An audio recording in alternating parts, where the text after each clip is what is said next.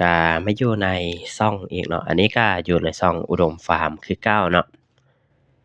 สำหรับปีนี้นะ2025ก็จะมาเว้าเกี่ยวกับเรื่องไก่เนาะเรื่องของฟาร์มตัวเองเนาะถือว่าปีนี้ก็น่าจะบ่มีหยังแล้วมีแต่ว่าทำการผลิตทำการผสมอิหยังต่างๆเพาะพันธุ์ก็จะเป็นแดงเดือดอยู่คือเก่าเนาะอันนี้ก็บ่ค่อยมีหยังเนาะก็มาประชาสัมพันธ์ทางนี้หน่อยหนึ่งเพราะว่าช่องทางอื่นบางเทื่อก็ยังคนยังบ่ค่อยรู้จักหลายแต่ก็ถือว่าสำหรับปีนี้ผลงานก็น่าจะยังบ่ทันมีเพราะว่าไก่ที่อยู่ในฟาร์มเนาะเท่าที่เป็นไปได้ก็คืออายุมันเพียงแต่6เดือนเนาะยังบ่สามารถทำการแสดงหยังได้อาจจะอยู่นำเราอาจจะบ่มีผลงานหยังเนาะแต่ว่าอยู่กับเจ้าของเก่าถือว่าเป็นเพราะไก่เราเป็นไก่ที่มีอายุแล้วเนาะมันมีผลงานมาหลายแล้วก็แม่ไก่ก็ส่วนใหญ่ก็มาจากฟาร์มเก่าเลยมาจากฟาร์มจิมมี่ฟาร์มเนาะอยู่ทางแขวงเวียงจันทน์เนาะอันนี้ก็รับทางเข้ามาหลายเลยผลงานก็อาจจะยังบ่มีแต่ว่าสันลูกสันหลานก็ถือว่ามีผลงานแล้วสำหรับพ่อไก่ของตัวนี้เนาะแต่ว่าผลงานโดยส่วนตัวคือตั้งแต่พ่อไก่มาอยู่ในฟาร์มยังบ่ค่อยมีผลงานหยังหลายแต่ก็ถ้าเบิ่งต้นปีหน้าเนาะน่าจะพอมีผลงานเนาะสำหรับปีนี้เนาะผลงานที่กำลังสร้างเนาะกำลังสร้างมีตัวหนึ่งเนาะมาแม่พันธุ์ที่มีในตอนนี้มันเป็นเพชรน้อยมีสุวรรณเนาะอันนี้ก็รับมาเนาะ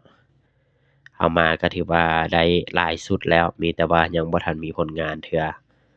ก็แนวทางมันหยังต่างๆก็ลงในเพจเนาะสำหรับอ่าที่ลงไปเนาะก็อยู่ในเพจเราก็คือกันเนาะซื้อทางยูทูบเนาะหรือว่าทางเพจเฟซบุ๊กก็คืออันเดียวกันเนาะเราใช้แบบอันเดียวกันแบบให้มันง่ายๆตั้งชื่อคือกันเลยมันจะได้เบิ่งกันง่ายมันจะเข้าไปเบิ่งทางนั้นง่ายทางนี้อาจจะลงเนื้อหาประเภทนั้นบ่ได้แต่ว่าเราก็ลงไว้ทางนั้นเนาะทางใดทางหนึ่งเพื่อให้สามารถติดต่อพัวพันหรือว่าเบิ่งข้อมูลได้ว่าทางฟาร์มเราเฮ็ดหยังแหน่แนวทางเป็นจั่งใดมันจะออกแนวทางไปใดแด่ก็ไปเบิ่งทางเพจใดเนาะอันนี้ก็ทั้งชื่อเพจชื่ออันนี้ใช้อันเดียวกันแล้วก็เพื่อความสะดวกเนาะจะมีแม่พันธุ์หลักๆเนาะตอนนี้ก็จะมีอยู่5-6แม่เนาะที่ว่าใช้งานเนาะ1แม่นแม่เพชรน้อยมีสุวรรณเนาะอันนี้ก็ถือว่าหลายสุดแล้วรอท่าผลงานต้นปีหน้าเนาะแล้วก็จะมีเนาะแม่แก้เนาะเป็นแม่เก่าๆแต่ว่าโอ้แม่นี้ถือว่าจ่ายลูกดีมีผลงานมาแล้วเนาะแล้วก็มาอยู่นำเราอีกอันนี้ก็ถือว่าเป็นอีกตัวหนึ่งที่ว่าใช้งานได้ดีให้ลูกหลายให้ลูกดีแต่ว่าเนาะลูกยังบ่ทันใหญ่พอที่จะแสดงผลงานได้อีกตัวหนึ่งเนาะเป็นแม่ดำที่ว่ารับมาอันนี้คือสายเลือดที่ว่าให้ลูกออกมาโโครงสร้างดีหลายสำหรับแม่นี้เนาะถือว่าเป็นอีกแม่หนึ่งที่ได้มาได้มาโดนเนาะแต่ว่าช่วงแรกๆอะมันบ่ได้ลูกเนาะแต่ว่ามีตัวหนึ่งเนาะได้ไปอยู่สวนตอนนี้ก็ถ้ายังบ่เกิดหยังขึ้นก็น่าจะได้อยู่ประมาณ6เดือนเนาะคู่กับลูกของเพชรน้อยเนาะเพชรน้อยมีสุวรรณได้คู่ตัวนั้นเนาะน่าจะอยู่สวนอายุประมาณ6เดือนเนาะเท่าๆกันอีกแม่หนึ่งเนาะก็เป็นถือว่าเป็นสายเลือดดีเนาะอันนี้เราก็เอาเข้ามาพัฒนาเนาะก็ถือว่าแบ่งเข้ามาคือกันสำหรับแม่นี้ก็เป็นสายเลือดเนาะจะเป็นบิ๊กใหญ่นี่บิ๊กใหญ่มหานครเสือดำก็คือสำหรับบิ๊กใหญ่น่ะเป็นพ่อพันธุ์เนาะเป็นสายเลือดลูกของบิ๊กกัปเนาะเป็นเอามาจากฟาร์มไก่ตีลีลาลาวเนาะก็สายเลือดเขาจะเป็นสายบิ๊กกัปบวกหยกเนาะอันนี้แล้วทางตัวสายทางแม่มันจะเป็นบิ๊กกัปหยกแต่ว่าชื่อสายเต็มๆบ่ได้มันจะต่างไปหน่อยหนึ่งดอกติดทางโกเซมเนาะทางแม่มันจะออกเป็นมหานครเสือดำเนาะอันนี้ก็เป็นแม่พันธุ์ของเขาที่ว่าได้มาแล้วก็ได้ลูกมาตัวหนึ่งออกสีดำเนาะพอดีรับมาอันนี้ก็กำลังไข่ ก็ต้องมาท่าเบิ่งเนาะอันนี้ผสมกับแดงเดือดเบิ่งว่ารอท่าปีหน้าผลงานจะเป็นจั่งใด2026ก็คือ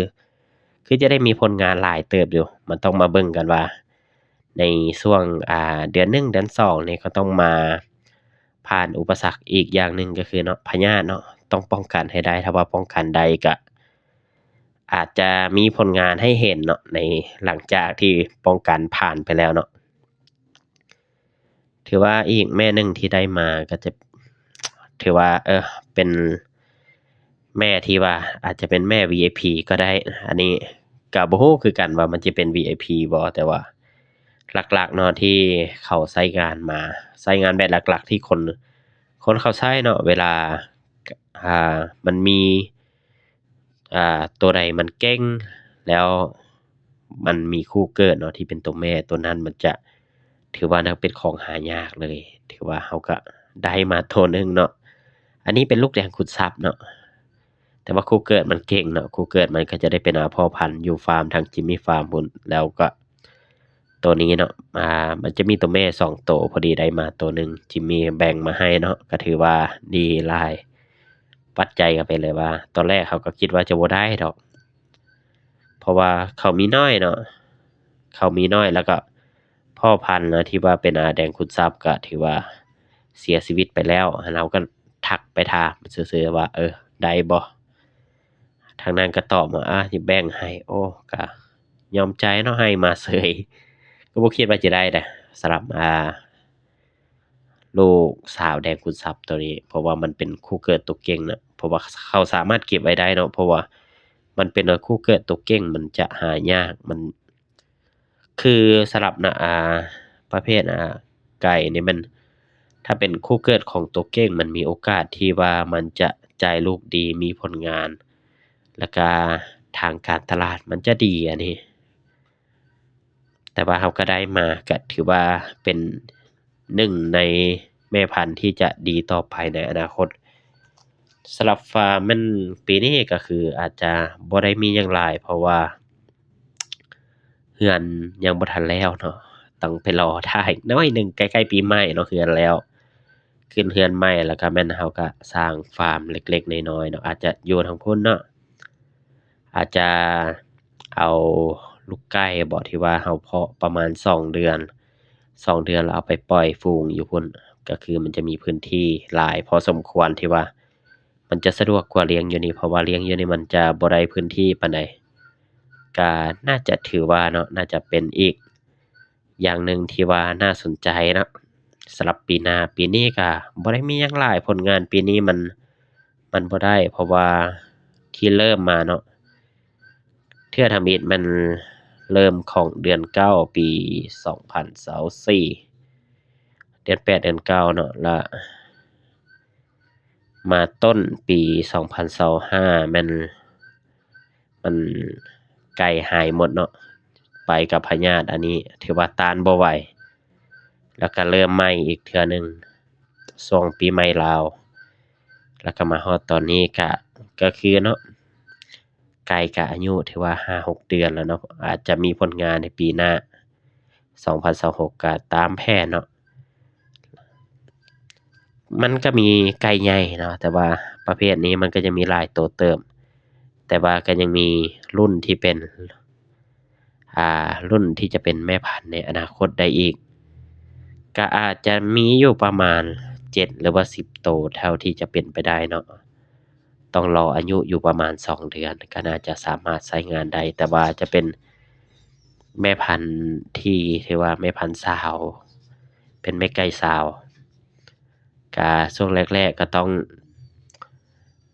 ใช้เวลาเดะถ้าว่าชุดแรกมันอาจจะบ่ได้ผลงานดีปานใดแต่ว่าชุด2ชุด3ก็ถือว่าผลงานน่าจะเริ่มมาแล้วอันนี้ก็ต้องมาเบิ่งว่าผลงานในปีหน้ามันจะเป็นจั่งใดเนาะอันนี้ก็ฝากติดตามเบิ่งได้ว่าฟาร์มเราเนาะมันจะเป็นจั่งใดอันนี้ก็เป็นฟาร์มน้อยๆเนาะเริ่มต้นใหม่